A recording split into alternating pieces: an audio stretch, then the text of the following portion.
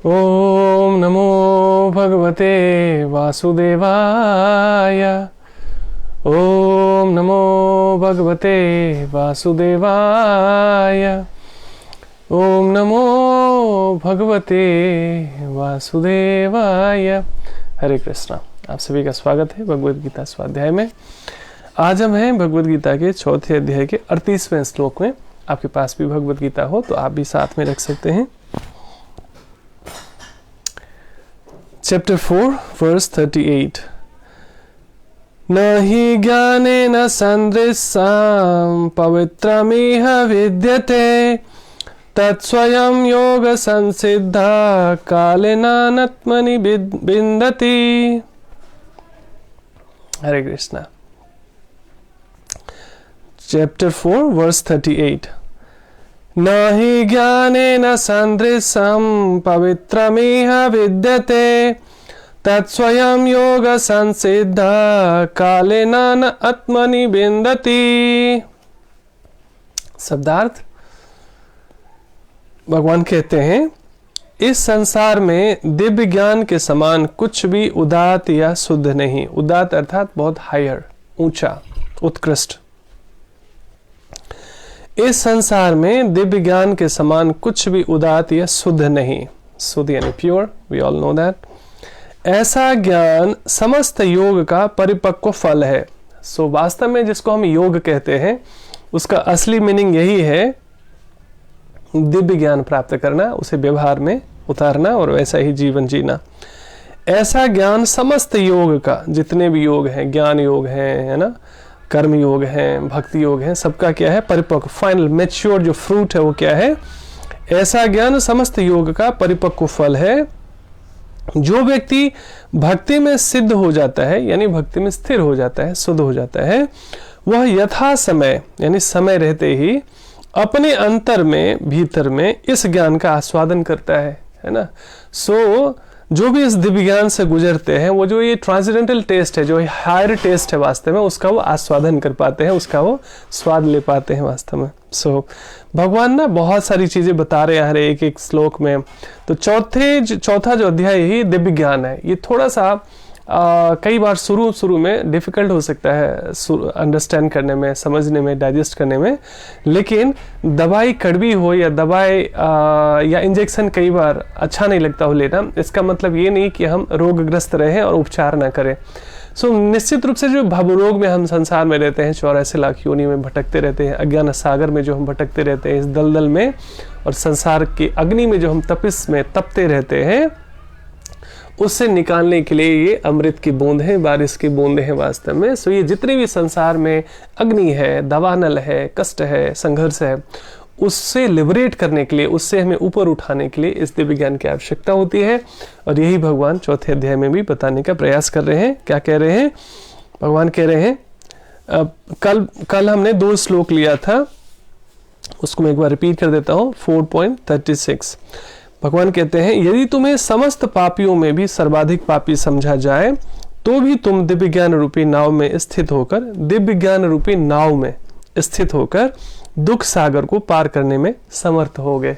सो भगवान आसान रास्ता बता रहे हैं।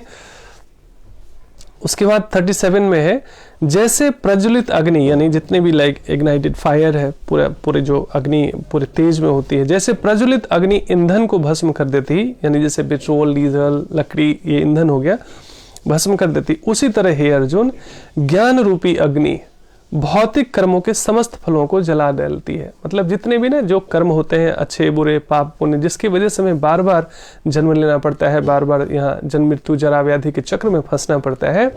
सो ये भगवान कह रहे हैं कि जैसे प्रज्वलित अग्नि ईंधन को भस्म कर देती है, उसी तरह हे अर्जुन ज्ञान रूपी अग्नि है ना। सो इतना तो हम सब जान ही गए हैं इतने दिनों से कि जितने भी हमारे दुख है संसार में, जितनी भी हमारी असुविधा है, पीड़ा है, वो उसका असली कारण है इग्नोरेंस, अज्ञानता। शरीर के प्रति हम इग्नोरेंट रहते हैं तो शरीर बीमार रहता है हमारा।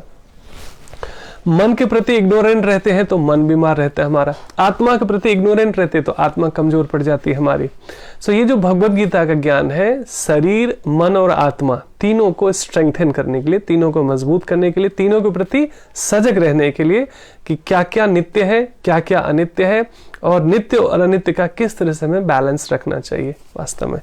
तो इसी से जैसे हम शरीर के प्रति सजग होएंगे तो स्वास्थ्य, शारीरिक स्वास्थ्य बढ़ेगा, मन के प्रति सजग होएंगे तो मन का स्वास्थ्य बढ़ेगा, आत्मा के प्रति और परिचित होंगे, भगवान से अपने संबंधों को जानेंगे तो हमारे आत्मिक आनंद की अनुभूतियां होगी। सो यही भगवान यहाँ पर बता रहे हैं। एक सेकेंड,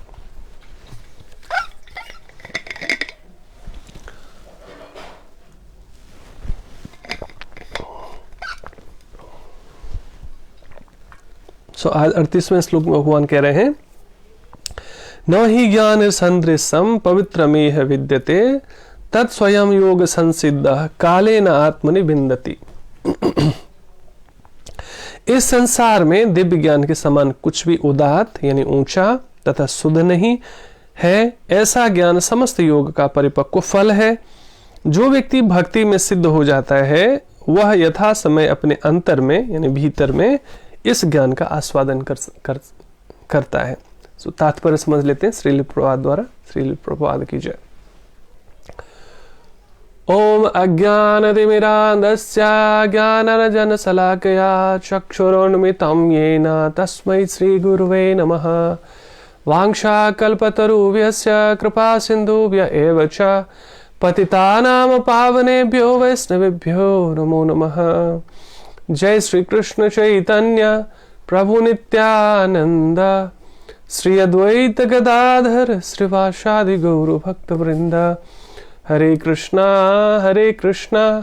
कृष्ण कृष्ण हरे हरे, हरे राम राम राम हरे हरे।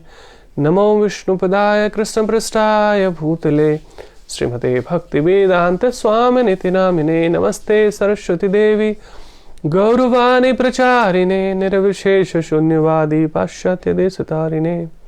हरे कृष्णा, आप सभी का स्वागत है। रीता जी हरे कृष्णा, आप सभी का स्वागत है। आस्था।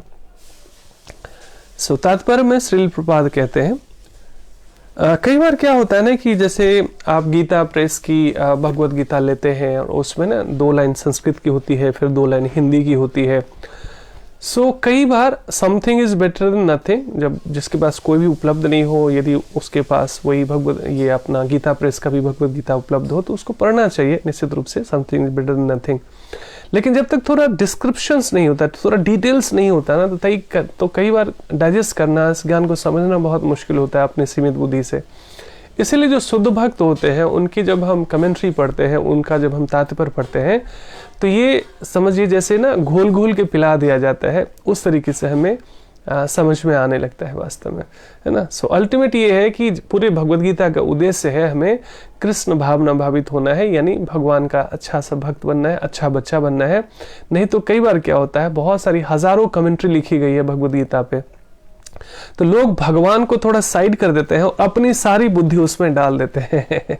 अपनी बुद्धि को वो ज्यादा प्रबल करने के लिए भगवान के जो ज्ञान है उसके तात्पर्य वो अपने तरीके से निकाल देते हैं, और वो ज्ञानी तो होते हैं लेकिन शुद्ध भक्त नहीं होते। दोनों में बहुत जमीन आसमान का फर्क है।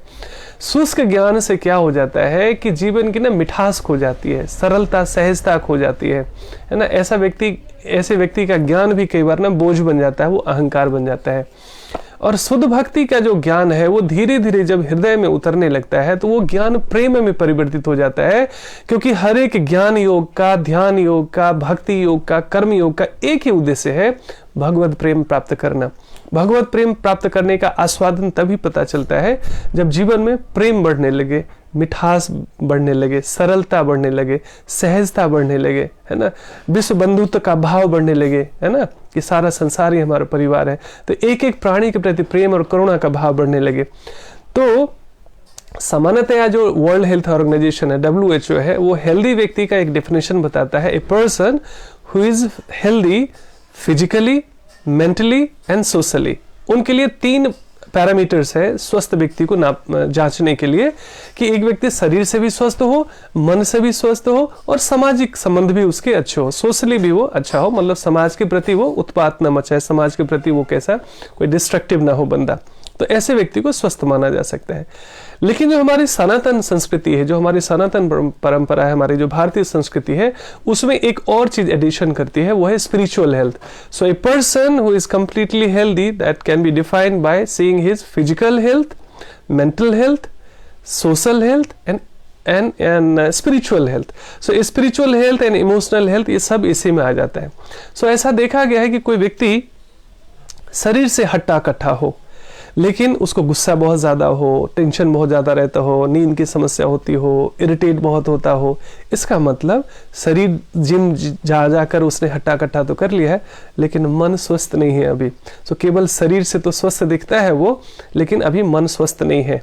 और विज्ञान भी कहता है साइकोसोमेटिक है बाय प्रोडक्ट, साइकोसोमेटिक जो डिजीज है जितने भी हैं वो सब बाय प्रोडक्ट है सारे रोग व्याधियों के। तो जो भी व्यक्ति, चाहे वो डायबिटिक हो, चाहे वो हाइपरटेंशन होता हो, उसको नींद की समस्या हो, माइग्रेन हो, हाई बीपी हो, XYZ जो भी एस्थमेटिक इश्यूज हो, ये सारे इमोशन से जुड़े हुए, ये सारी चीजें मन से जुड़ी हुई चीजें हैं। तो ऊपरी चीजें कितनी भी सप्रेस कर दी जाए, ऊपर से कितना भी इलाज कर दिया जाए, लेकिन इमोशनली उसको बैलेंस ना किया जाए किसी व्यक्ति को, तो उसकी हमेशा दवाइयों और गोलियों और इंजेक्शन से बीमारी ठीक नहीं होती है। इसीलिए मानसिक स्वास्थ्य बहुत ही आवश्यक है ना। तो फिजिकली भी हमें स्वस्थ रहना है, मानसिक रूप से भी स्वस्थ रहना है। और कई लोग क्या है भाई, अपना मन भी ठीक है, शरीर भी ठीक है, परिवार में वो मिक्स नहीं हो पाते, कई बार परिवार में सहज नहीं हो पाते, अलग अलग। देखिए जैसे 5 उंगलियां अलग अलग साइज एंड शेप की है, हमने इसको स्वीकार कर दिया। ऐसा तो नहीं है कि कोई प्लास्टिक सर्जरी करा के अंगूठे को बीच की उंगली के बराबर और जो है बीच की उंगली को छोटी उंगली के बराबर कर देता, नहीं, we have accepted it as it is, जैसे नेचर ने दिया, जैसे परमात्मा ने दिया। परिवार में जब 5 जैसे लोग एक जैसे विचार के नहीं होते, सबके अलग अलग विचार है, फिर भी हम लड़ते झगड़ते प्रेम से जैसे भी करके एक साथ रहते हैं। समाज में भी सारे लोग एक जैसे नहीं होते, तो कई बार हम परिवार में तो आपस में एक दूसरे को स्वीकार कर लेते हैं, समाज में अलग अलग जो फ्लावर्स है भगवान के, अलग अलग जो रंग है ये प्रकृति की, जो अलग अलग रंग रूप ना स्किल्स टैलेंट के लोग होते हैं, किसी के साथ हम एडजस्ट कर पाते, किसी के साथ एडजस्ट नहीं कर पाते। इसका भी मतलब है अच्छे से अच्छे लोगों के साथ भी परेशानी होती है, क्योंकि वो गॉड कॉन्शियसनेस नहीं देख पाते, ईश्वरीय व्यवस्था उसमें नहीं देख पाते, इसलिए अपनी बुद्धि से क्यों कहां कैसे में उलझकर चीजों को सीमित कर देते हैं, या एक पिंजरा बना लेते हैं, खुद को सुरक्षित कर लेते हैं, या तो ना तो उसमें किसी को आने देते हैं, ना उस पिंजरे से बाहर जाते हैं। इसलिए अच्छा से अच्छा व्यक्ति जो actually wholeheartedly God conscious नहीं हुआ है, वो पूर्ण रूप से स्वस्थ नहीं रहता, ना शारीरिक रूप से, ना मानसिक रूप से, ना सामाजिक रूप से। तो कई बार जो है ना मैं और मेरे में जो उलझे हुए लोग हैं, सो कई बार तो क्या हुआ, शरीर से स्वस्थ नहीं है, कई लोग मन से स्वस्थ नहीं है, कई लोग शरीर और मन से स्वस्थ है, तो परिवार में उनकी बनती नहीं है, परिवार में स्वीकार भाव में नहीं जीते, पूरे जीवन में स्ट्रगल चलता रहता है। भाई हर एक व्यक्ति चाहता है कि मेरे जैसा हर एक व्यक्ति हो जाए, लेकिन सच बात यह है कि पूरी दुनिया में सब यदि केवल व्हाइट कलर का हो जाएगा तो बोरिंग हो जाएगी लाइफ।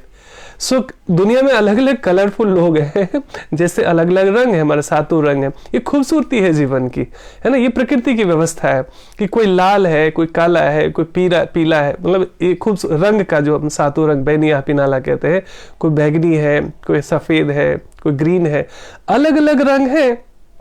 तो ये खूबसूरती है। हर एक व्यक्ति कोई एक ही व्यक्ति की तरह हो जाएगा तो जिंदगी बोरिंग हो जाएगी। ठीक उसी तरीके से जो हमारा लक्ष्मण जी हरे कृष्ण, जैसे हमारा क्या कहना चाहिए, जैसे पिक्चर का उदाहरण दिया जाता है। पिक्चर में अगर सबके सब हीरो ही हो जाए, सबके सब अच्छे ही हो जाए, तो पिक्चर फ्लॉप हो जाएगा, पिक्चर बोरिंग हो जाएगी। हमारे लाइफ में भी कुछ विलेंस होते हैं, कुछ हीरोज होते हैं, कोई हीरोइंस होती है, कुछ अच्छे लोग होते हैं, कुछ बुरे लोग होते हैं। ये जीवन की व्यवस्था है, ये प्रकृति की व्यवस्था है, इसको स्वीकार करना चाहिए, इसको बहुत ज्यादा स्ट्रगल नहीं करना चाहिए। हमें लगता है कई बार हम चीजों को सब कुछ फिक्स कर देंगे, लेकिन सब कुछ कई बार हमारे हाथों में नहीं होता। इसलिए स्वीकार भाव, ये यूनिवर्सल कॉन्शियसनेस, जब हम समझते हैं कि भगवान की ही सारी व्यवस्था है, तो हम स्वीकार भाव में रहते हैं, सहज रहते हैं। स्वीकार करने से क्या होगा, समस्या का समाधान आप आराम से कर पाते हैं। कोई भी चीजें हो गई जो आपकी इच्छा के विपरीत थी, कोई भी व्यक्ति ऐसा बोल दिया, ऐसा व्यवहार कर दिया जो भी आपकी इच्छा के विपरीत थी, तो ये सोचना चाहिए जैसे हमारी 5 उंगलियां अलग अलग है, हमारे परिवार में 5 अलग अलग विचार है, उसी तरह से बाहर भी जो है अलग अलग विचारधारा के लोग होते हैं। तो ये उनकी सोच है, सब लोग मेरी तरह नहीं सोच सकते। और ये भी जरूरी नहीं कि मैं जैसा सोचता हूँ 100% परफेक्ट हो, कोई भी व्यक्ति सर्वगुण संपन्न नहीं है। तो जैसे हमारी 1000 कमियों के बावजूद भी हमारे घर के लोगों ने, हमारे समाज के लोगों ने, हमारे देश के लोगों ने हमें स्वीकार किया। कोई भगवान के अवतार तो हम है नहीं, इंसान के रूप में हजारों कमियां होती है, कुछ अच्छाइयां होती है, कुछ बुराइयां भी होती है। तो जैसे हमें सबने स्वीकार किया वैसे ही हमें संसार को स्वीकार करना चाहिए। सब कुछ हम फिक्स नहीं कर सकते। सो अधिक से अधिक अपने आत्म सुधार पे काम करना, उससे होगा क्या, दूसरे में आपको कमी नहीं दिखेगी। बुरा जो देखन मैं चला, बुरा न दिखिया कोई, जो दिल ढूंढा आपना, हमसे मुझसे बुरा न कोई, ऐसा कहा गया है। सो ये आध्यात्मिक चेतना है। इससे हमारा ना मन स्वस्थ रहता है। इससे हम अधिक से अधिक अपने ऊपर काम करते हैं तो हमारा मेंटल हेल्थ इंप्रूव करता है। तो साइकोसोमेटिक डिजीज ये विज्ञान कहता है। योग शास्त्र कहता है आधि और व्याधि। आधि मतलब मन से रिलेटेड जितना भी दुख है, इम्बैलेंस है, तकलीफ है, मन में जो भी, मन का जो भी रोग है उसकी वजह से शरीर का रोग बाय प्रोडक्ट है। वास्तव में पहले मन में आता है, फिर शरीर में वो सारे रोग डिलीवर होते हैं। सो मन को ठीक कर लिया तो रोग अपने आप शरीर का भी ठीक होने लगता है। लेकिन ज्यादातर देखें आप, डॉक्टर के पास जाएं, हॉस्पिटल के पास जाएं, हर एक व्यक्ति शरीर का इलाज कराने जाता है। जो उसका असली कारण है इमोशनल बैलेंसेस, जिसके लिए काउंसलिंग की जरूरत होती है, जिसके लिए प्रॉपर स्पिरिचुअल नॉलेज की जरूरत होती है, जिसके लिए स्वाध्याय साधना की जरूरत होती है, उसमें दुनिया भर में मुश्किल से 1% लोग ही काम करते हैं। 99% जितने भी, इनफैक्ट यहाँ तक कि योग भी लोग करते हैं शरीर के स्वास्थ्य के लिए। बुराई नहीं है, नहीं कुछ से कुछ अच्छा है, लेकिन असली योग का अर्थ है शारीरिक, मानसिक, सामाजिक और आध्यात्मिक स्वास्थ्य को बेहतर करना। योग का मतलब केवल आसन करके फिजिकल फिटनेस नहीं। और योग शास्त्रों में भी, यहाँ तक कि अष्टांग योग में उसकी विस्तृत चर्चा की गई है। और योग का कोई भी छात्र हो, भगवत गीता के बिना कोई योग की शिक्षा पूरी ही नहीं होती, अधूरी होती है। तो वो फिर क्या है, समुद्र से 1 बाल्टी पानी लेके बाहर आ जाते हैं, है ना, पूर्णता को प्राप्त नहीं करते। तो योग का जो आज जो है, प्रभुपाद भी कह रहे हैं, क्या कह रहे हैं,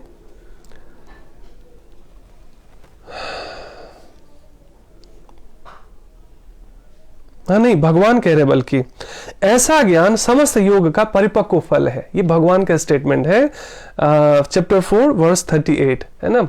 सो दिव्य ज्ञान जो है, इस संसार में दिव्य ज्ञान के समान कुछ भी ऊंचा और शुद्ध नहीं है। ऐसा ज्ञान समस्त योग का परिपक्व फल है। तो ये वास्तव में जो हम लोग अभी सत्संग में है या स्वाध्याय में है, वास्तव में उसी परिपक्व फल का आस्वादन लेने के लिए उस परिपक्व फल के बारे में, उस दिव्य ज्ञान के बारे में परिचित होंगे और तदनुरूप जीवन जीने का प्रयास करेंगे। प्रीति जी, जय श्री कृष्ण।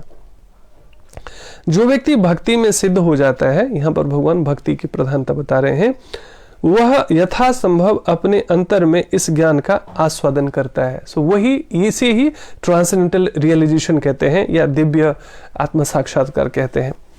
सो यहाँ पर प्रभुपाद क्या कह रहे हैं, जब हम दिव्य ज्ञान की बात करते हैं तो हमारा प्रयोजन आध्यात्मिक ज्ञान से होता है। दिव्य ज्ञान का मतलब संसारिक ज्ञान नहीं। संसारिक ज्ञान तो हमें सिखाता है कैसे पैसा कमाना है, कैसे परिवार चलाना है, आजीविका कैसे कमानी है। कोई बुराई नहीं है, जीवन की व्यवस्था है। कर्म के बिना तो भगवान कहते हैं जीवन निर्वाह भी नहीं होता। लेकिन केवल वही नहीं है, वहीं तक सीमित नहीं रहना है। संसारिक जो अपने सर्वाइवल के लिए, जो भी गृहस्थ जीवन के लिए जॉब, व्यापार जो भी करते हैं, जो भी कर्म, मतलब जिस भी रोल में हमें सेवा करने का मौका मिला हो तो करना ही करना है। लेकिन वहीं तक सीमित नहीं रहना है, यानी क्लास पहली कक्षा तक ही सीमित नहीं रहना है। धीरे धीरे प्रगति करना है दिव्य ज्ञान तक, ट्रांसेंडेंटल नॉलेज तक, डिवाइन नॉलेज तक। कोई बीच में उदाहरण छूट गया हो तो आप लोग मुझे याद दिलाइएगा। मैंने कई सारे एग्जांपल्स दे से, आई होप कि सब कुछ फिनिश किया हमने। जब हम दिव्य ज्ञान की बात करते हैं तो हमारा प्रयोजन आध्यात्मिक ज्ञान से होता है। निसंदेह दिव्य ज्ञान के समान कुछ भी उदात्त या शुद्ध नहीं। अज्ञान ही हमारे बंधन का कारण है। याद आ गया, मैं शारीरिक मानसिक स्वास्थ्य की बात कर रहा था। तो हुआ क्या, शरीर स्वस्थ हो गया, मन भी स्वस्थ हुआ। अपने आप शरीर और मन स्वस्थ रहेगा तो पारिवारिक रिश्ते, शरीर और मन दोनों स्वस्थ रहने से क्या होता है कि हमारा पर्सनल लाइफ और प्रोफेशनल लाइफ, यदि आप वर्किंग है तो आपका प्रोफेशनल लाइफ भी, और अगर आप घर में हैं तो घर का जीवन भी, दोनों ही बैलेंस्ड रहता है, दोनों ही स्वस्थ रहता है वास्तव में। तो शारीरिक और मानसिक स्वास्थ्य बढ़ने से हमारा क्या होता है, हमारा फैमिली लाइफ, सोशल लाइफ भी बढ़िया रहता है। क्योंकि जब शरीर और मन से हम कमजोर रहते हैं तो हम उल्टा सोचते हैं, नेगेटिव ज्यादा सोचते हैं, बोलना कुछ होता है, बोल कुछ और जाते हैं, रिश्ते को सुधारने के बजाय हम उल्टा बिगाड़ लेते हैं और हमें लगता है हमने तो ठीक ही बोला था, हमने तो ठीक ही किया था। सो कई बार जो हमारा इंटेंशन भी अच्छा रहे लेकिन डिलीवरी अगर गलत तरीके से होती है तो बात बिगड़ जाती है। तो धीरे धीरे मानसिक स्वास्थ्य का ये भी है कि हम कम्युनिकेशन स्किल भी सीखें, मन को शांत रखना सीखें, और ये तभी संभव है जब हम आध्यात्मिक स्वास्थ्य पे भी काम करते हो। आध्यात्मिक स्वास्थ्य जो है यह है जड़ में पानी डालना। सो आध्यात्मिक रूप से स्वास्थ्य शारीरिक, मानसिक, पारिवारिक, सामाजिक और अपना आध्यात्मिक स्वास्थ्य। तो सबसे बड़ा जो ब्रह्मास्त्र है वो है आध्यात्मिक स्वास्थ्य का। आध्यात्मिक स्वास्थ्य बेहतर होने से क्या होता है, जड़ में पानी डालने से जैसे पूरा पेड़ हरा भरा हो जाता है, तो क्या होगा, जो भी व्यक्ति आध्यात्मिक प्रशिक्षण से गुजरता है उसका खान पान बदल जाता है। वो नशा नहीं करेगा, वो मांसाहार नहीं करेगा, है ना। जय श्री कृष्ण, ब्रिजमोहन प्रभु, हरे कृष्णा, आपका स्वागत है। जो हम हेल्थ की बात कर रहे थे, physical, mental, social and spiritual की, तो सबसे जरूरी है स्पिरिचुअल हेल्थ। स्पिरिचुअल हेल्थ नहीं ठीक होने के कारण एक व्यक्ति को पता है कि योग करने से लाभ होता है लेकिन वो करता नहीं है। आज शायद ही कोई ऐसा व्यक्ति होगा जो आज जिसके हाथ में मोबाइल हो उसको ये ना पता हो कि योग करने से क्या लाभ होता है।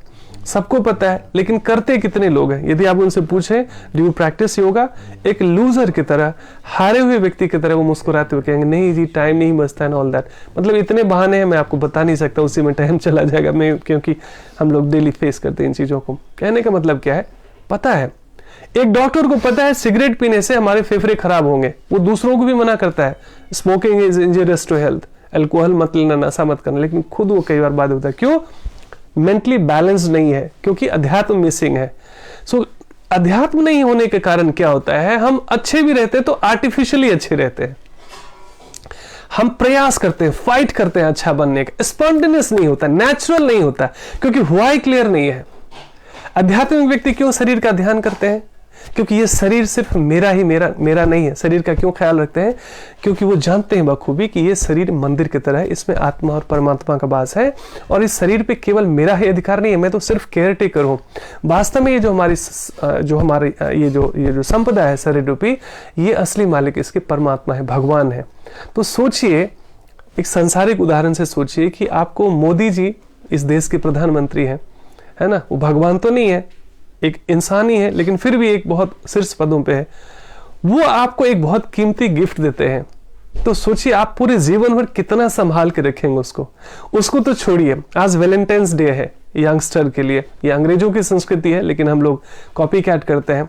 इसमें भी संसारिक उदाहरण से समझते हैं कि कभी भी आज के डेट में कोई कुछ किसी को गिफ्ट देता है तो हो सकता है कई लोग छुपा कर ही सही ताउम्र बचा कर रखते हैं। समझते हैं क्यों? क्योंकि हम जिससे भी प्रेम करते हैं उनकी कदर करते हैं। तो सोचिए साक्षात भगवान जो सर्व, मतलब क्या कहना चाहिए, उनके लिए क्या शब्द हो सकता है। हमारे हर एक शास्त्र भर जाते हैं फिर भी भगवान का वर्णन पूर्ण नहीं होता। वास्तव में उस पूर्ण भगवान का हम क्या विश्लेषण कर सकते हैं। वो भगवान ये हमें शरीर दिए, गिफ्ट दिया उन्होंने, प्रीशियस गिफ्ट है, तो इस शरीर की हमें हिफाजत करनी चाहिए। सामान्यतः हम योग करते हैं, जिम जाते हैं, एक्सरसाइज करते हैं भोग करने के लिए।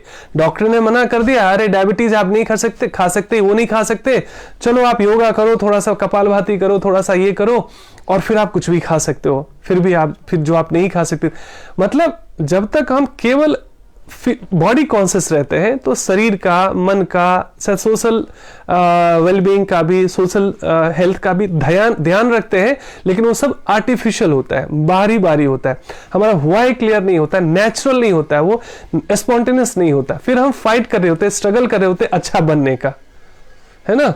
जब हम भगवान के हो जाते हैं, यानी आध्यात्मिक हो जाते हैं,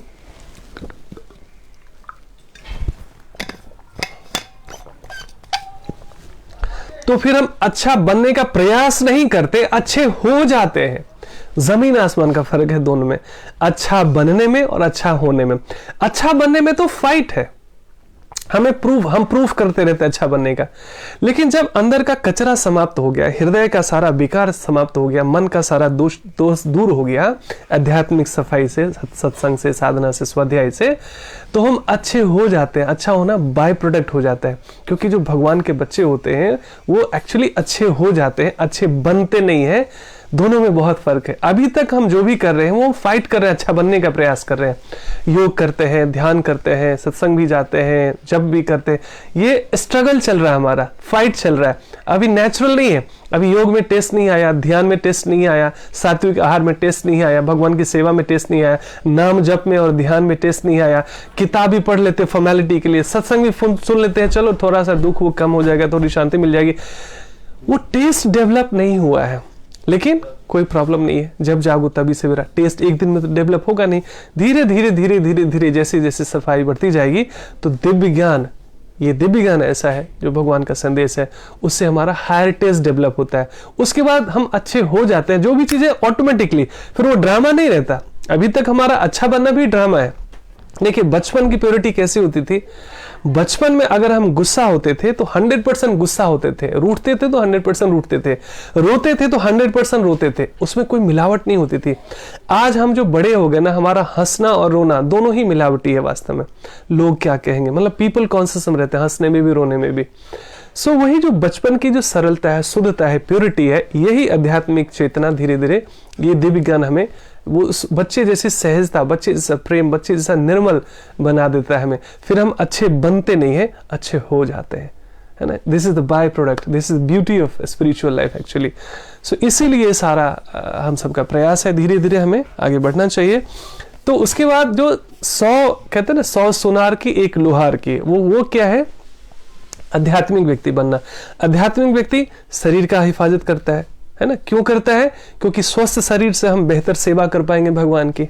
जिस तरीके से भी जो भी हमें रोल मिला है उसमें हम संसार की भी बेहतर सेवा कर सकते हैं, परिवार की अच्छी सेवा कर सकते हैं, समाज की सेवा कर सकते हैं, राष्ट्र की सेवा कर सकते हैं, पूरे विश्व की सेवा कर सकते हैं।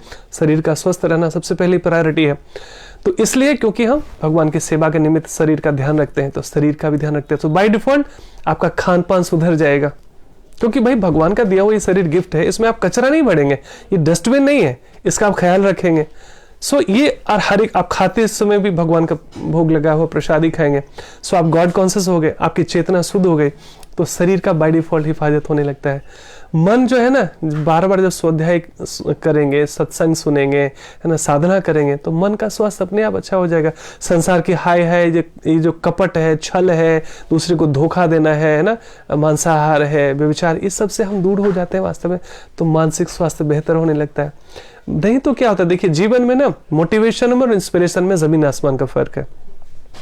जो मोटिवेशनल बुक्स पढ़ते हैं या मोटिवेशनल सेमिनार्स इत्यादि हम देखते हैं, आप ये कर सकते हो, आप वो कर सकते हो, हम बूस्ट हो जाते हैं। लेकिन थोड़ी देर के बाद जैसे बैलून में पेन चुभो देता है तो सारी हवा उसकी निकल जाती है, वैसे हमारी मोटिवेशन फिर से 2 दिन में डाउन हो जाती है। क्यों? क्योंकि व्हाई क्लियर नहीं है कि हम क्यों कर रहे हैं।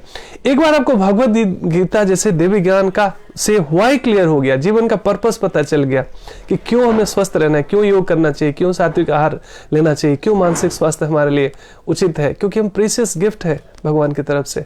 तो ये व्हाई क्लियर हो जाता है, फिर चीजें अपने आप होती है, अपने आप स्पॉन्टेनियस होती है, अपने आप जो है चीजें होने लगती है। सो वो ऑटोमेटिक मोड में जब तक हम नहीं पहुंचे तब तक कहते हैं fake it until you make it. तब तक हमें जबरदस्ती थोड़ा थोड़ा ध्यान लगाना पड़ेगा, धीरे धीरे वो टेस्ट डेवलप होगा तो चीजें अपने आप होने लगी। फिर आप अच्छी स्वाध्याय से, कोई दिन ऐसा नहीं होगा जिस दिन आप भगवद गीता जैसे शास्त्रों को पढ़ेंगे नहीं, कोई दिन ऐसा नहीं जाएगा जिस दिन आप भगवान के बारे में कुछ, भगवान की कथा या भगवान के संदेश सुनेंगे नहीं, कोई दिन ऐसा नहीं जाएगा जिस दिन आप सात्विक आहार न लेंगे। सो ये सब चीजें ना नेचुरली होने लगेगी, हमारे जीवन में स्पॉन्टेनियसली घटित होने लगती है। तो बाय डिफॉल्ट शरीर का भी ध्यान करने लगे, है ना। उसके बाद जो है मन का अपने आप स्वास्थ्य होना शुरू हो गया। मन का स्वास्थ्य शुरू हो गया, शरीर ठीक हो गया, तो परिवार हमारा फैमिली हेल्थ बहुत अच्छा हो जाता है। फैमिली हेल्थ और सोशल हेल्थ इसलिए बाय डिफॉल्ट अच्छा हो जाता है क्योंकि हम समझ लेते हैं जिस भगवान ने हमें बनाया वही विविधताओं से भरा हुआ संसार बनाया। तो सब जैसे हमारे 5 अलग अलग साइज है, रंग रूप है उंगलियों के, वैसे ही अलग अलग कलरफुल लोग चीज़ें बनाई भगवान ने, तो हम सबको होल हार्टेडली स्वीकार कर लेते हैं। अभी तो हम किसी से घृणा करते हैं, किसी से द्वेष करते हैं, किसी से प्रेम करते हैं, मतलब न्यूट्रल नहीं है हम, तटस्थ नहीं है हम, नेचुरल नहीं है हम, इसलिए फाइट चल रही है। किसी से राग है, किसी से द्वेष है। तो राग द्वेष केवल सुन लेने से दूर नहीं होता है। जैसे जैसे हम आध्यात्मिक चेतना में जीने लगते हैं, जैसे जैसे हम भगवान की शिक्षाओं में प्रगति करने लगते हैं, तो शारीरिक स्वास्थ्य, मानसिक स्वास्थ्य, पारिवारिक स्वास्थ्य और सामाजिक स्वास्थ्य बेहतर होने लगता है। एक स्वस्थ व्यक्ति ही मानसिक और शारीरिक रूप से वो अच्छा परिवार का व्यक्ति होगा, अच्छा समाज का अच्छा व्यक्ति कहलाएगा, वो देश के लिए अच्छा होगा, पूरे विश्व के लिए वो एक अच्छा नागरिक कहलाएगा। यही हमें बनना है। इस आध्यात्मिक चेतना से होता क्या है, हरे कृष्ण गिरीश कुमार प्रभु, इस आध्यात्मिक चेतना से क्या होता है, ये जीवन स्वर्ग बन जाता है वास्तव में, है ना। नहीं तो कई बार देखे लोग योग आसन करके भी, जिम जाके भी शरीर तो हट्टे कट्टे कर लेते हैं, क्रोध गया नहीं, ईर्ष्या गई नहीं, द्वेष गया नहीं, बदले की भावना गई नहीं, है ना, गुस्सा गया नहीं, नींद की समस्या समाप्त हुई नहीं, तो बात बनती नहीं, आर्टिफिशियल हो जाती है। तो इसकी पूर्णता जो है आध्यात्मिक दिव्य ज्ञान से है, जो भगवद गीता का ज्ञान हमें कंप्लीट करता है वास्तव में। तो जैसे ही व्यक्ति आध्यात्मिक हो जाता है, आज का संदेश यही है वास्तव में, अपने आप बाकी सारी चीजें लाइन अप होने लगती है। आपका शरीर स्वस्थ होने लगता है क्योंकि उल्टा सीधा खाना बंद हो जाता है, मन स्वस्थ होने लगता है क्योंकि हाय हाय समाप्त हो जाती है। भाई भगवान ने जो दिया उसका आनंद मनाते हैं, जो नहीं दिया सोचते हैं हमारे कर्मों में नहीं है, सो अपने अपने अपने अपने सामर्थ्य से प्रयास करते हैं, मनसा वाचा कर्मणा, मिल गया तो ठीक है, नहीं मिल गया तो भी ठीक है, सब हाय हाय समाप्त हो जाती है। अनावश्यक हम कंपेयर करके है, मतलब अनावश्यक देखें तो हमारे जीवन में अपने कर्मों के हिसाब से जो मिला है बहुत मिला है। एटीट्यूड ऑफ ग्रेटिट्यूड डेवलप करने के बजाय पूरे जीवन हम पीयर प्रेशर में खुद को दुखी कर लेते हैं। मेरे भाई को कितना दिया, मेरे को कितना कम है, पड़ोसी को कितना मिल गया, रिश्तेदार को कितना मिल गया, उसको उनके बच्चे ने उतना मार्क्स लाया, मेरे बच्चे ने उतना मार्क्स नहीं लाया, उसका उस कॉलेज में हो गया, मेरे बच्चे का एडमिशन है। नाना प्रकार से हम पूरे जीवन इसी फाइट में क्यों कहाँ कैसे उलझे रहते हैं, छोटी छोटी बातों को लेकर, जो बहुत मायने नहीं रखती है। असली बात यह है स्वयं को जानना, परमात्मा से अपना संबंध स्थापित करना, परमात्मा से संबंध अपना जान लेना, बाकी सब चीजें कहते हैं ना, be God conscious and rest follows.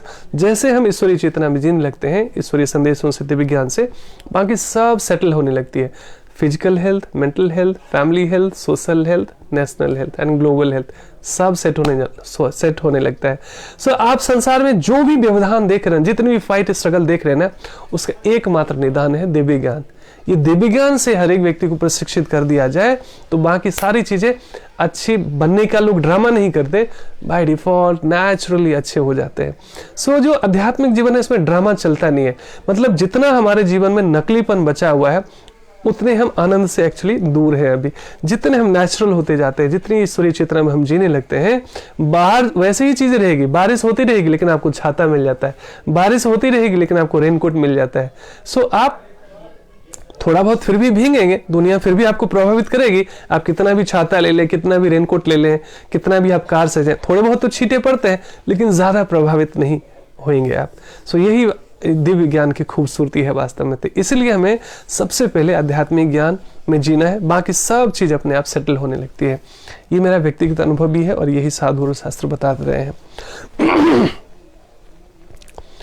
जब हम दिव्य ज्ञान की बात करते हैं तो हमारा प्रयोजन आध्यात्मिक ज्ञान से होता है, क्योंकि जीना कैसे है वास्तव में, ब्लिसफुल लाइफ कैसे जीना है, ये केवल आध्यात्मिक ज्ञान से, प्रशिक्षण से संभव है। अन्यथा आप अपने चारों तरफ देखें, जिनको भी आप जानते हैं, जिनके पास इतनी समृद्धि है, इतनी ओपुलेंसेस है, इतना धन संसाधन है, सब कुछ है, लेकिन फिर भी वो दुखी हैं, अपसेट हैं, एकाकीपन के शिकार हैं, नींद की गोली से भी नींद नहीं आ रही है, बीमारी ग्रस्त हैं, तनाव है, हाइपरटेंशन, मतलब इतने मैं देखता हूं तो कई बार लगता है हे भगवान, करुणा और प्रेम पैदा होती है। कई बार पहले तो गुस्सा आता था कि देखो ये भगवान के ज्ञान से दूर रहते हैं, ये थोड़ा सा सत्संग में आएंगे, थोड़ा सा ज्ञान मिलेंगे, इनका दुख ना कम हो सकता है। लेकिन लोग इतने फंसे हुए हैं उस दलदल संसार में ना कि वो डॉक्टर के पास जाएंगे, साइकेट्रिस्ट के पास जाएंगे, पूरी दुनिया का चक्कर लगा लेंगे, लेकिन वो भगवान के ज्ञान में उनको रुचि नहीं होती है। सो कई बार मैं थोड़ा सा अटैच हो जाता था, लगता था क्या कर दे उनके लिए, साम दाम दंड भेद। लेकिन धीरे धीरे समय के क्रम में समझ में आया कि जब होना होता है तभी होता है। तो हमें प्रयास तो जरूर करना चाहिए लेकिन आसक्त नहीं होना चाहिए। भगवान भी कहते हैं दूसरे को सुधारने की चेष्टा करनी चाहिए, लेकिन उसमें आसक्त नहीं होना चाहिए कि मैं ये सुधर ही जाएगा या जो मैं चाह रहा हूं ऐसा हो ही जाएगा। Do the best and leave the rest, है ना, अपना कर्तव्य करो, बाकी भगवान पे छोड़ दो। लेकिन नकली कर्तव्य भी नहीं, भगवान को सच में हम साक्षी बनाते हैं तो हम पूरी ईमानदारी से प्रयास करेंगे, आधे अधूरे मन से नहीं, क्योंकि हमने सुन लिया है कि बस do the best and leave the rest. Do the best, आधे अधूरे मन से नहीं। तो संसार में जो कुछ भी हम किसी को सुधारने का प्रयास करते हो, चाहे अपने को सुधारने का प्रयास करते हो, इसमें नकलीपन नहीं, 100% ऑनेस्ट एफर्ट, है ना, जो भी बेस्ट पॉसिबल वेज हो उसमें प्रयास करना, उसके बाद रिजल्ट से आसक्त नहीं होना, है ना। कर्मण्यवाधिकार से माँ फलेषु कदाचन, कर्म करो फल की चिंता नहीं करो, यही है। नहीं तो ना कई बार हम आसक्त हो जाते हैं, कभी सफलता से कभी विफलता से। सो उसमें आसक्त भी नहीं होना, do the best and leave the rest. निसंदेह दिव्य ज्ञान के समान कुछ भी उदात का बार बार यहाँ शब्द आ रहा है। उदात का मतलब होता है बहुत ऊंचा, ट्रांसेंडेंटल, हायर, तथा शुद्ध नहीं है। अज्ञान ही हमारे बंधन का कारण है। अज्ञान चाहे शरीर के प्रति हो तो शरीर बीमार पड़ता है, मन के प्रति अज्ञानता हो तो मन बीमार रहता है, आत्मा के प्रति बीमार अज्ञानता रहती है तो आत्मा कमजोर पड़ जाती है। सो इग्नोरेंस ही वास्तव में हमारे दुखों का कारण है। ये इस बात को कई बार हमारा अहंकार स्वीकार नहीं करता, लेकिन जब तक स्वीकार नहीं करेंगे सुधार के लिए कुछ काम ही नहीं होगा। इसमें एक चीज ध्यान रखना है, कई बार ना या तो लोग अहंकार से भरे होते हैं, मेरे जैसा कोई नहीं तो कई बार हीन भावना से ग्रसित हो जाते हैं कि मेरे जैसा कोई गया गुजरा नहीं। ये दोनों ही एक्सट्रीम है, दोनों ही अति है, उसमें बचना चाहिए। अहंकार तो करना ही नहीं चाहिए, ना ही अपने आप को हीन समझना चाहिए। जो दिया परमात्मा ने बहुत दिया है, उसमें से जो भी बेस्ट पॉसिबल वेज हो वो निकालना, इसलिए हीन भावना का भी शिकार नहीं करना चाहिए। गांधी जी की एक बात मुझे याद आ रही इस बारे में, वो कहते हैं कि जब भी कभी अहंकार हो ना कि एक वो हम द्वितीय नास्ते, मेरे जैसा कोई नहीं है, तो बाहर निकलो, जरा देखो तुमसे भी बड़े बड़े लोग हैं, चाहे जिस फील्ड में हो, चाहे खूबसूरती में हो, धन में हो, एजुकेशन में हो, प्रतिष्ठा में हो, आपसे भी एक से एक लोग हैं। और कभी ये हीन भावना आ जाए ना कि मेरे जैसा बेकार कोई नहीं, तो जरा उनको भी देखो जिनके पास छत नहीं है, खाने को भोजन नहीं है। दिल्ली में एक तो कोरोना की वजह से मैं बहुत कम निकलता हूँ, लेकिन मैं ठंड के दिनों में भी देखा कि जो हाईवेज होती है ना, नहीं हाईवेज नहीं, ओवर ब्रिज वगैरह जो होती है, उसके नीचे कई सारे परिवारों को मैं देखता हूँ, पता नहीं कहाँ कहाँ दूर दूर से गांव से आते हैं, वो लेबर होते हैं, काम की तलाश में आते हैं। भूख आदमी को क्या क्या नहीं कराता है। 3-4 ईंट जोड़ते हैं, इधर उधर से लकड़ी इकट्ठा करते हैं, उनके पास टूटी फूटी बर्तन होती है, उस पर वो रोटियां सेक रहे होते हैं, कुछ खाना बना रहे होते हैं, बच्चे उनको वैसे ही खेल रहे होते हैं। हम लोग इतनी ठंड में पता नहीं रजाई, एसी, हीटर सब कुछ यूज़ कर लेते हैं, तो भी लगता है अरे बाप रे इतनी ठंड है। और वो खुले में रहते हैं, उनके पास ढंग का कपड़ा नहीं होता ठंड से बचने के लिए, लेकिन प्रकृति उनकी इम्यूनिटी इतनी स्ट्रांग कर देती है कि सब का अपना कर्म का फल है। तो निश्चित रूप से हमें प्रेम और करुणा से समझना चाहिए कि ये बात तो सच है कि हर एक व्यक्ति का जो सुख और दुख है अपने कर्मों के कारण है, लेकिन हमारा कर्तव्य सुख देना, मन से, वचन से, कर्म से, तन से, मन से, धन से, जितना संभव हो सके, जिस सहयोग के बाद आपको अफसोस नहीं करना पड़े और बदले की भावना में नहीं, अहेतु की प्रेम और करुणा में और बिना किसी अपेक्षा के, यही वास्तव में सही सेवा होगी। अज्ञान ही हमारे बंधन का कारण है। बंधन मतलब बार बार इस संसार में बंधना, जन्म मृत्यु में फंसना, और ज्ञान हमारे मुक्ति का, है ना। सो अज्ञानता जो है वो बीमारी है और ज्ञान उसकी दवाई है, मेडिसिन है। इसलिए भगवान से भी हम प्रार्थना करते हैं, तमसो मां ज्योतिर्गमय, तमसो मां ज्योतिर्गमय, मृत्यु मां अमृतम गमय। मृत्यु से हमें अमरता की ओर ले चलो हे प्रभु, और अज्ञान रूपी अंधकार से मुझे ज्ञान रूपी प्रकाश की ओर ले चलो।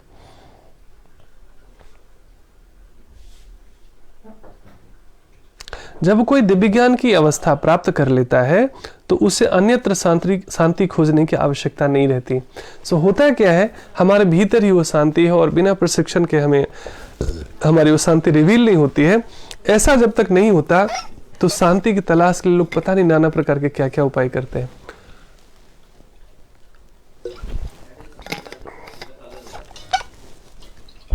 शांति की तलाश में कई बार लोग घर बार छोड़ के चले जाते हैं, कभी हिमालय चले जाते हैं, यहाँ तक कि शांति की तलाश में ही लोग जो है आत्महत्या कर लेते हैं, क्योंकि हम जो भी एक्शन लेते हैं वो अपनी खुशी की, सुख की तलाश में करते हैं। इवन जो आत्महत्या भी करते हैं उनको लगता है कि मैं ऐसा कर लूंगा तो मैं सुखी हो जाऊंगा, यानी दुखों से मुक्त हो जाऊंगा।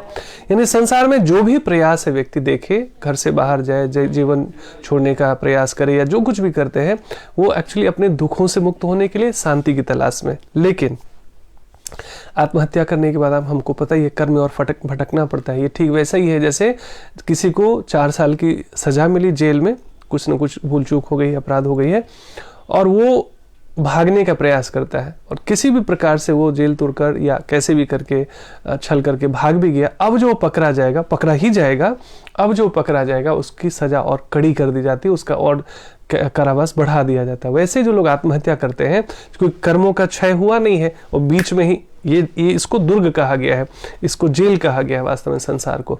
इसमें हम सुख और दुख के कर्मास को न्यूट्रल करने के लिए आते हैं। तो सुख क्षणिक ही होता है, दुख ही दुख ज़्यादा होता है। सो तभी हम एक्चुअली भगवान के प्रति आकर्षित होते हैं।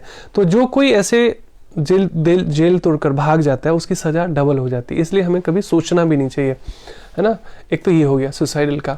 बाकी जो लोग हिमालय पे भी चले जाते हैं, यदि मन तो साथ ही में गया ना, मन यदि प्रशिक्षित नहीं है अध्यात्म स्वाध्याय से, साधना से, सत्संग से, तो मन ही शत्रु मन ही मित्र भगवान कहते हैं। तो हिमालय पे भी आप चले जाओगे, आप तो घर से दूर हो गए, परिवार से दूर हो गए, लेकिन मन तो आप ही के साथ है ना। जिस मन के कारण आप अव्यवस्थित थे, डीलिंग अप्रोच कई बार होता है कि हम नहीं डील करना नहीं सीख पाते, हम गिव अप कर देते, तो भाग जाना चाहते हैं। कई बार थोड़ा सा डिस्टेंस बना लेना, थोड़ा सा गैप दे देना अगर संभव हो तो कोई बुराई नहीं है, लेकिन आप छोड़कर कहाँ जाओगे, अपने मन को कहाँ छोड़ के आओगे। तो मन को प्रशिक्षित करना सबसे पहले आवश्यकता है। तो मन जब प्रशिक्षित हो जाता है तो गृहस्थ जीवन भी स्वर्ग जैसा बन सकता है ना। नहीं तो बाहर आप कहीं भी चले जाओ, आपका मन तो वहीं लॉस्ट रहता है, क्यों कहाँ कैसे मुलझा, उसने ऐसा कह दिया, उसने वैसा कह दिया, उसने ये कह दिया। तो मन तो वही चीज ना, अब हिमालय पे भी आपका वही चिंतन चल रहा है। तो कई बार लोग ऐसे ना शमशान वैराग्य कहते हैं इसको, है ना। तुरंत जो है वापस भी कई बार 6 महीने में वापस आ जाते हैं, कह रहे चलो मेरी बीवी इतनी परेशान करती थी लेकिन खाना कितना अच्छा बनाती थी ना, हाँ बच्चे गोद में आते थे, पापा पापा कहते थे तो कितना अच्छा लगता था ना। ऐसे नाना प्रकार के। तो संसार से तंग होके नहीं भागना चाहिए। हाँ, भगवान से ऐसा उत्कट प्रेम हो जाए जब लगे संसार का भी सब कुछ फीका है, तभी वास्तव में हमें सन्यास या ऐसे वैराग्य की तरफ सोचना चाहिए। अन्यथा युक्त वैराग्य में रहना चाहिए, संसार में रहना, लेकिन संसार में ज्यादा लिप्त नहीं होना, अपने जो नैतिक कर्तव्य है उसका निर्वहन करते रहना, केंद्र में भगवान को रखना, और फिर जीवन सुगम हो जाता है वास्तव में। नहीं तो भाग के आदमी कहाँ कहाँ जा सकता है। सो यह ज्ञान भक्ति का परिपक्व फल है।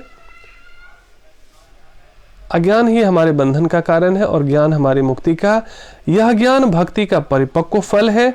जब कोई दिव्य ज्ञान की अवस्था प्राप्त कर लेता है तो उसे अन्यत्र शांति खोजने की आवश्यकता नहीं रहती है, क्योंकि वह मन शांति का आनंद लेता रहता है। देखिए प्रभुपाद भी कह रहे हैं, जो भी मैं चर्चा कर रहा था, क्योंकि वो मन शांति का आनंद, मन का कचरा साफ हो गया ना, मन के सारे दुर्गुण सारे जो है ना, मन विमल हो गया, तो यहीं पर शांति मिल जाती है वास्तव में। आप जहाँ भी रहोगे, चाहे एकांत हो या भीड़ हो। अब जैसे मुझे ना पहले एकांत बहुत पसंद होता था और साइलेंस बहुत पसंद आता था, भीड़ भाड़ और ये सब क्राउड बिल्कुल पसंद नहीं आता था। भगवत गीता के संदेशों में धीरे धीरे भक्ति योग संदेशों से समझ में आया, हर एक जीव में परमात्मा रहते हैं। तो अब वो भीड़ नहीं लगता है वो भी भगवान की क्रिएशन है ना। तो मैं कौन होता हूँ उसे हेट करने वाला या डिसलाइक करने वाला।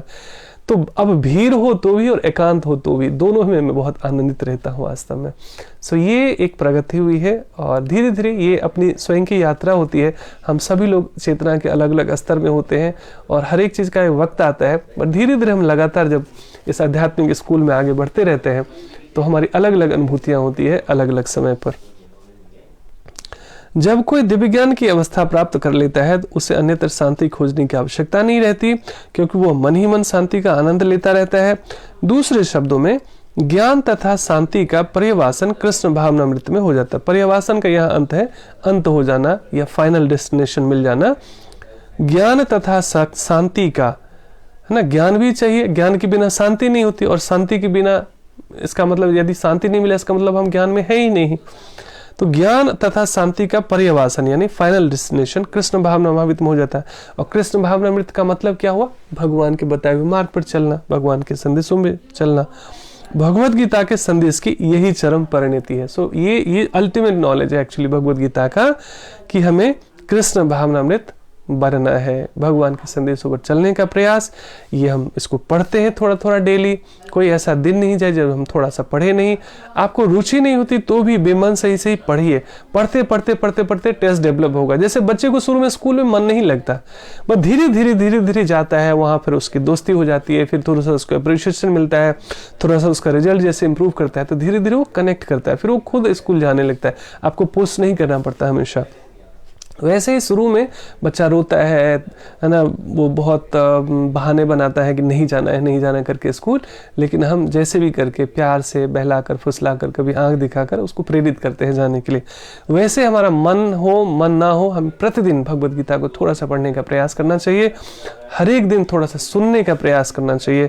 श्रवण अधिक से अधिक हम करते हैं तो हमारा भ्रमण, जो अनावश्यक जो 84 लाख योनियों का भ्रमण है वो भी, और इस संसार में भी इधर उधर जो हम भटकते रहते हैं शांति की तलाश में, वो भी स्थिर हो जाता है वास्तव में। अब देखिए ना, इस कोरोना काल में ही हम लोग घर में ही थे, ऑनलाइन सत्संग सुन रहे थे। जो वरिष्ठ भक्त, जो बड़े बड़े महाराज हैं, जो बड़े बड़े सीनियर डिवोटीज हैं, उनका जूम के माध्यम से, चाहे यूट्यूब के माध्यम से, चाहे जिससे फेसबुक पे भी लाइव के लोग आते हैं, सुनते सुनते घर में ही हमें शांति मिल रही थी। तो इधर उधर हम शांति के लिए भटक नहीं रहे थे, है ना। नहीं तो कई लोग इधर उधर जाते रहते हैं, ये मंदिर वो मंदिर वहाँ मंदिर, पूरे जीवन इस तीर्थता जाना चाहिए, कोई बुराई नहीं है उसमें, लेकिन श्रवण जब तक मजबूत नहीं होता तो भ्रमण बंद नहीं होता वास्तव में। इसलिए श्रवण में रुचि होना भी बहुत बड़ी बात है, लेकिन रुचि हो गई तो भगवान का धन्यवाद करना चाहिए और उस रुचि से दूसरों को भी रूबरू कराना चाहिए।